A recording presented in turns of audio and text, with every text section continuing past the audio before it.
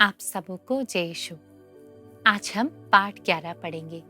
हमारे पाठ का नाम है कलीसिया एकमात्र है। प्रार्थना करते हैं। हे पिता ईश्वर, आप प्रभु यीशु और पवित्र आत्मा प्रेम में एक है। आप चाहते हैं कि सारी मानव जाति आपके प्रेम में एक हो जाए। हमें एकता का कृपा प्रदान कीजिए। इसके लिए हम आपसे विनती करते हैं, पिता, पुत्र और पवित्र आत्मा के नाम पर, आमीन। प्रभु यीशु जब भी हमें कुछ सिखाते थे, हम बाइबल में देखते हैं वो बहुत सारे दृष्टांतों का उपयोग करते थे, कोई ना कोई पैराबल, और जो नेचुरल चीजें जो किसान यूज करते, जब फार्म्स में यूज होते, ऐसे सब एग्जाम्पल्स का यूज करते थे। और वो बहुत बार वाइन और ब्रांचेस ऐसे एग्जाम्पल्स भी यूज करते। हम इस पाठ में स्टार्टिंग में ही देखते हैं प्रभु यीशु वाइन और ब्रांचेस के एग्जाम्पल द्वारा हमें कुछ समझाने की कोशिश करते हैं।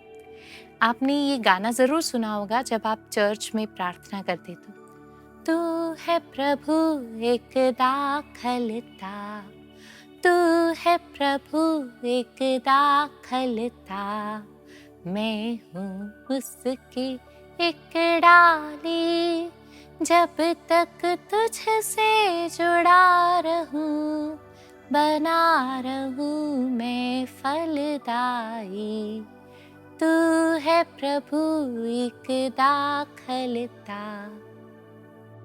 क्या गा रहे थे हम? कि प्रभु एक दाखलता है और हम सब उसकी डालियां है। We all are united। ये लेसन में हम बेसिकली यूनिटी के मैसेज को जानेंगे, को समझेंगे। पिता ईश्वर बागवान है, ही इज द गार्डनर। प्रभु यीशु ने क्या कहा पिता ईश्वर से कि जो डाली मुझ में नहीं फलती उसे आप काट दीजिए, और जो मुझ में फलती है उसे छांट दीजिए, उसे प्रून करने। मतलब हम जब अगर फलने लग गए तो हमारे जीवन में प्रूनिंग होगा, हमें कहीं ना कहीं प्रकार से करेक्ट किया जाएगा ताकि हम और अधिक फल उत्पन्न करें। लेकिन हमें ये सब के लिए, फल उत्पन्न करने के लिए हमेशा हमेशा डालियों को दाखलता से जुड़ा हुआ होना होगा, तभी हम फल उत्पन्न करेंगे। प्रभु यीशु चाहते थे कि उनके सारे शिष्य, सारी मानव जाति जिनको उन्होंने अपने क्रूस पर बलिदान द्वारा बचाया था, ये सारी मानव जाति एक हो जाए। इसीलिए उनके क्रूस मरण के पहले वो एक बहुत लंबी प्रार्थना करते। हम संत योहन के सुसमाचार अध्याय 17 में ये प्रार्थना देखते हैं। ये एक महापुरोहित की प्रार्थना है, इटर्नल प्रीस्ट की प्रार्थना। ये प्रार्थना में प्रभु क्या बोलते? हे पिता ईश्वर, जिस प्रकार आप और मैं एक है, उसी प्रकार ये मेरे जो सारे शिष्य जिनको आपने मुझे दिया है, इन सबको आपके प्रेम में एक कर दीजिए। प्रभु जानते थे कि इनके बीच में बहुत सारे मतभेद है। वो जब उन शिष्यों के लिए प्रार्थना कर रहे थे, वो उन शिष्यों के लिए ही नहीं बल्कि हम सब के लिए जिनको उन्होंने अपने रक्त द्वारा मुक्त किया, अपना बनाया, हम सब के लिए वो प्रार्थना कर रहे थे। आज अपनी कलीसिया की स्थिति को देखिए। हम बोलते क्रिश्चियंस में ही कितने सारे सेक्ट्स है ना, डिफरेंट सेक्ट्स ऑफ क्रिश्चियंस। मतलब प्रोटेस्टेंट्स हो गए, कैथलिक्स हो गए, और प्रोटेस्टेंट्स में भी अलग अलग विभिन्न बहुत सारे प्रांत, प्रजातियां। तो प्रभु क्या चाह रहे थे कि हम सब एक हो जाए, प्रभु के प्रेम में एक हो जाए। वो हम सबको अपने मन में देख रहे थे जब वो अपने शिष्यों के लिए तब प्रार्थना कर रहे थे। आपको पता है, ये जो संत योहन के सुसमाचार में अध्याय 17 में ये जो प्रार्थना है वो बहुत ही डीप मीनिंग वाली प्रार्थना है। ये प्रभु यीशु की एक ऐसी लंबी प्रार्थना है जो कंटिन्यूअस है, जो सुसमाचार में हम पाते हैं। बहुत लंबी है, कंटिन्यूअस है, और इसमें बहुत गहरा अर्थ है। सबसे पहले तो वो इस प्रार्थना में पिता ईश्वर को महिमा देते हैं। उसके बाद कहते हैं कि मुझे महिमान्वित कीजिए ताकि मैं आपको महिमा दे सकूं। उसके बाद वो सारे हृदय से अपने शिष्यों के लिए प्रार्थना करते हैं। वो कहते हैं कि जैसे आप और मैं एक हैं, उसी प्रकार इन शिष्यों को भी एक कर दीजिए। हम एकता में रहने के लिए कितना प्रयत्न करते हैं, हमें ये देखना है। हम छोटे छोटे बातों पर अपने घर वालों से ही लड़ते हैं। हम में वो एकता का भाव कितना है? अगर हमें प्रभु यीशु के सच्चे शिष्य बनना है, अगर हमें प्रभु यीशु के सच्चे बच्चे बनना है, पिता ईश्वर के पुत्र कहलाने योग्य बनना है, तो हमें इस एकता वाले भाव को बहुत अधिक महत्व देना होगा। प्रभु यीशु वहां विराजमान होंगे जहां एकता है। वो कहते हैं बाइबल में, Where 2 or 3 are gathered in my name, I will be there in the midst of them. जहाँ एक या दो लोग मेरे नाम पर एकत्रित है, वहां मैं उपस्थित होऊंगा। प्रभु हमेशा एकता को बहुत महत्वपूर्णता देते थे, बहुत इंपॉर्टेंस देते। वो जहाँ पर लड़ाई है, जहाँ पर हम भिन्न भिन्न रास्तों से जाते हैं, वहां पर नहीं आना चाहते। तो वो ये एकता अपनी कलीसिया में भी देखना चाहते थे।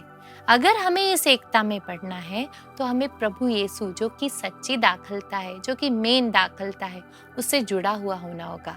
तभी हम फल उत्पन्न कर पाएंगे, तभी हम अपने जीवन में आगे बढ़ पाएंगे। हम आदिम कलीसिया में इस एकता के भाव को बहुत अच्छी तरह से देखते हैं।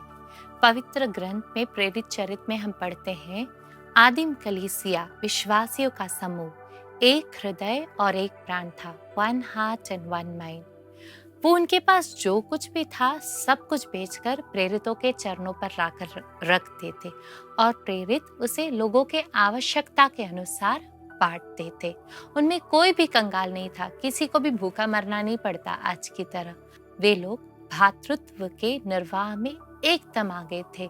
उनमें सब लोग ईमानदार थे। अगर किसी के पास कुछ चीज की कमी है तो जिसके पास है वो अपना चीज दे देता। जैसे बाइबल में लिखा है, अगर आपके पास 2 कुर्ता हो तो जिसके पास नहीं है उसे दे दो। प्रभु यीशु तो इससे भी आगे बढ़कर कहते हैं कि जो तुमसे कुर्ता मांगे उसे अपनी चादर भी दे दो। तो उस आदिम कलीसिया में इतनी एकता थी, तो अपने पास जो भी है वो लोगों के साथ, अपने लोगों के साथ शेयर करने के लिए वो बिल्कुल भी पीछे नहीं हटते थे। अगर अपने कलीसिया में उस एकता को वापस लाना है तो हमें अपने अंदर इस मनोभाव में बढ़ना होगा। हमारे स्वार्थ से धीरे धीरे दूर जाना होगा। और हमारे स्वार्थ से दूर जाने के लिए हमें क्या करना है? हमें अपने जीवन के बारे में सोचना है कि हमारा जीवन कल क्या है। कल हमें स्वर्ग जाना है, तो यहाँ पर पूंजी एकत्रित नहीं करनी है। और ये सब के लिए प्रभु यीशु, जो कि हमारे सच्चे दाखलता है, उनसे कृपा मांगनी पड़ेगी।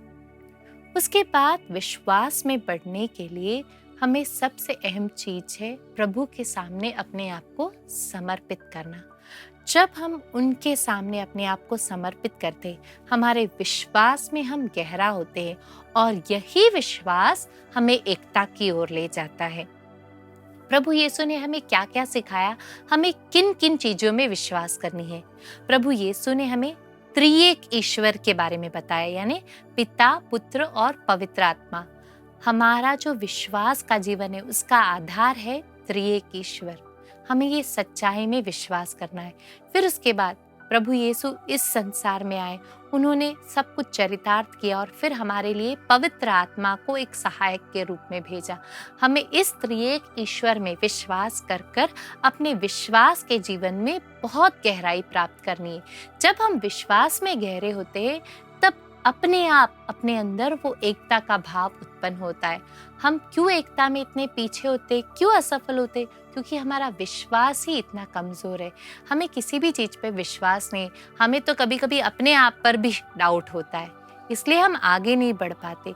जो इंसान प्रभु पर और अपने आप पर विश्वास करेगा वो ही आगे बढ़ पाएगा। और इसके लिए भी कभी कभी हम अपने आप से करने के लिए असफल होते हैं। हमें अपने आप को प्रभु के हाथों में सौंपना है, वो हमें यह कृपा देंगे। Self confidence and God confidence, जब ये दोनों एक साथ रहेंगे और हम हमारे फेथ लाइफ में डीप होंगे, तब हमें अपने आप से एकता का भाव उत्पन्न होगा। हमारे विश्वास जीवन को क्या क्या चीजें महत्व देती है, क्या क्या चीजें स्ट्रॉन्ग बनाती है? संस्कार और पवित्र वचन। पवित्र वचन को डेली पढ़िएगा। जब भी मैं आपको कैटेकिज्म क्लास लेती हूँ, हर क्लास के एंड में मैं आपको कोई भाग देती हूँ रिफ्लेक्शन के लिए और एक छोटा सा कोटेशन भी देती हूँ कंठस्थ करने के लिए। जब हम पवित्र वचन को बार बार पढ़ेंगे, दोहराएंगे, तो हम अपने विश्वास में अपने आप गहरा बनेंगे। विश्वास में गहरा बनने से एकता में भी आगे बढ़ेंगे। फिर हमारे विश्वास के जीवन को क्या चीजें स्ट्रॉन्ग करती है? वो है संस्कार, सैक्रामेंट्स। सबसे पहले तो जब हम ज्ञान स्नान संस्कार स्वीकार करते हैं, हम इस कलीसिया के अंग बन जाते हैं। केवल हम ही नहीं, हमारे साथ और बहुत सारे लोग हैं। हम क्या कहते, कलीसिया मसीह का शरीर है और हम सब इस कलीसिया रूपी शरीर में अलग अलग अंग है। कितना बड़ा है ये कलीसिया का समूह, जिसके शीर्ष है प्रभु ईसा मसीह। जब हम ज्ञान स्नान द्वारा इस शरीर के अंग बने हैं, हम सब एक ही शरीर है, तो हमें एकता होनी चाहिए कि नहीं? और हम जब और संस्कारों को ग्रहण करते हैं, जैसे कि पवित्र बलिदान संस्कार, सबसे परम संस्कार, जहाँ पर प्रभु यीशु खुद अपने आप को हमें देते हैं। हम एक ही रोटी और एक ही पेय से पीते हैं। जब हम एक ही रोटी से खाते, फिर हम एक बनते। जब हम एक ही पेय से पीते हैं, प्रभु यीशु के रक्त, हम सब उसी रक्त को ग्रहण करते, तब हम एक बनते। इसके बारे में संत पौलुस ने बहुत ही सुंदर रूप से अपने पत्रों में लिखा है कि हम वो आशीष का प्याला लेते हैं और उस पर आशीष की प्रार्थना पढ़ते हैं और उसी प्याले से हम सब पीते हैं। वो हमें एकता का मनोभाव उत्पन्न करता है। तो हमें ये ध्यान में रखना है कि संस्कारों में जब हम बढ़ेंगे, संस्कारों को सही सही रूप से तैयारी के साथ ग्रहण करेंगे, तो वे भी हमें एकता में बढ़ने के लिए बहुत ही सहायक संबंधित होंगे। कलीसिया में प्रेरितिक एकता की भी बहुत महत्व है। प्रेरितिक एकता क्या है? प्रभु यीशु ने अपने प्रेरितों को चुना, उन्हें पवित्र आत्मा से भर दिया, पवित्र आत्मा से अभिषिक्त किया। ये प्रेरित आगे हुए, इन्होंने कलीसिया की स्थापना की, कई अलग अलग कलीसियाओं की। जब ये पवित्र आत्मा से परिपूर्ण हुए, तभी प्रभु यीशु ने इन्हें बाहर भेजा। ये प्रेरित और इनके उत्तराधिकारी, धर्माध्यक्ष, इनके बीच में एकता होनी चाहिए। यही कलीसिया की एकता की नींव है। जब हम आगे पढ़ेंगे, अब हम कलीसिया में जो डिफरेंट राइट्स हैं, उनके बारे में पढ़ेंगे। लेकिन कलीसिया एक है, ये आपको मैं समझाने की कोशिश करूंगी। कलीसिया यानी मैं यहाँ पर कैथोलिक चर्च की बात कर रही हूँ। हमारा जो कैथोलिक चर्च है, उसमें डिफरेंट इंडिविजुअल चर्चेस है और ये सारे इंडिविजुअल चर्चेस एक है। हम सब एक ही संत पापा के नीचे आते हैं। क्यों? क्योंकि हमारे सारे धर्माध्यक्ष एकता में रहते हैं और इसी को हम प्रेरितिक एकता कहते हैं। और यही प्रेरितिक एकता के बारे में हम आगे जानेंगे। अब मैं आपको एक चार्ट के द्वारा कलीसिया में, कैथोलिक चर्च में जो डिफरेंट राइट्स है, उनके बारे में समझाने की कोशिश करूंगी। आप स्क्रीन पर इस चार्ट को ध्यान से समझने की कोशिश कीजिए। विविधता कलीसिया की एकता को नहीं तोड़ती, बल्कि उसे दृढ़ बनाती है। इस चार्ट में हम विविध यानी डिफरेंट इंडिविजुअल चर्चेस के बारे में जानेंगे। पूजन पद्धति, धर्म विज्ञान, आध्यात्मिकता और धर्म विधान के आधार पर कैथोलिक कलीसिया में 22 विभिन्न स्वयं शासित कलीसियाएं हैं। विभिन्न ऐतिहासिक परिस्थितियों एवं अपनी निजी संस्कृति में इनका रूपाधारण हुआ। इन सभी कलीसियाओं के अपनी अपनी निजी कलीसियाई जीवन शैली है। यानी कि ये चर्चेस क्यों एक दूसरे से डिफरेंट है? इनकी लिटर्जी डिफरेंट है। लिटर्जी मतलब जो हमारा मास होता है, उसे सेलिब्रेट करने की शैली। तो ये चर्चेस के नाम जानना हमारे लिए इम्पोर्टेंट है। सबसे पहले क्या लिखा है चार्ट में ऊपर? पवित्र कलीसिया, मतलब कैथोलिक चर्च। अब बेसिकली इस कैथोलिक चर्च को 2 भागों में डिवाइड किया है। एक पश्चिमी कलीसिया या रोमन कलीसिया और दूसरी है पूर्वी कलीसिया, यानी कि वेस्टर्न चर्च और ईस्टर्न चर्च। वेस्टर्न चर्च के अंदर बस एक रोमन कलीसिया यानी कि लैटिन चर्च, और जो पूर्वी कलीसिया है ईस्टर्न चर्च, या इससे हम ओरिएंटल चर्च भी कहते हैं। ओरिएंटल चर्च को फिर 5 मेन हिस्सों में बांटा गया है: बाइजेंटाइन, एंटियोकियन, अलेक्जेंड्रियन, कैल्डियन और अर्मेनियन। अब ये बाइजेंटाइन जो चर्च है, उसके नीचे भी कई अलग अलग फैमिली ऑफ चर्चेस है। उनके नाम आप ध्यान से सुनिएगा, स्क्रीन पर देखकर समझने की कोशिश कीजिए। सबसे पहला है बल्गेरियन, फिर Albanian, Hungarian, Melkite, Romanian, Russian, Ruthenian, Ukrainian, Slavic, Greek, Georgian, Lithuanian, Yugoslavian। अब हम आ रहे हैं नेक्स्ट ब्रांच पर, एंटियोकियन। इसमें है सीरियन, मारोनीता या इंग्लिश में हम इसे मैरोनाइट भी कहते हैं, और सीरो मलंकरा। ये सीरो मलंकरा चर्च की क्या खासियत है? ये हमारे इंडिया में केरल में है सीरो मलंकरा। फिर आ रहा है नेक्स्ट अलेक्जेंड्रियन। इसमें 2 फैमिलीज है, एक कॉप्टिक फैमिली और एक है इथियोपियन फैमिली। उसके बाद मेन भाग है कैल्डियन, और ये कैल्डियन में 2 फैमिली है, कल्दाया और सीरो मलबार।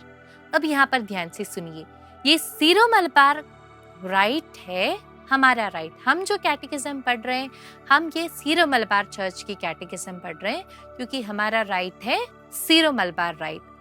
भारत में मार्थोमा मसीह वे लोग हैं जो प्रेरित संत थॉमस से सुसमाचार की ज्योति स्वीकार कर पहली सदी में ही मसीही विश्वास में आ गए।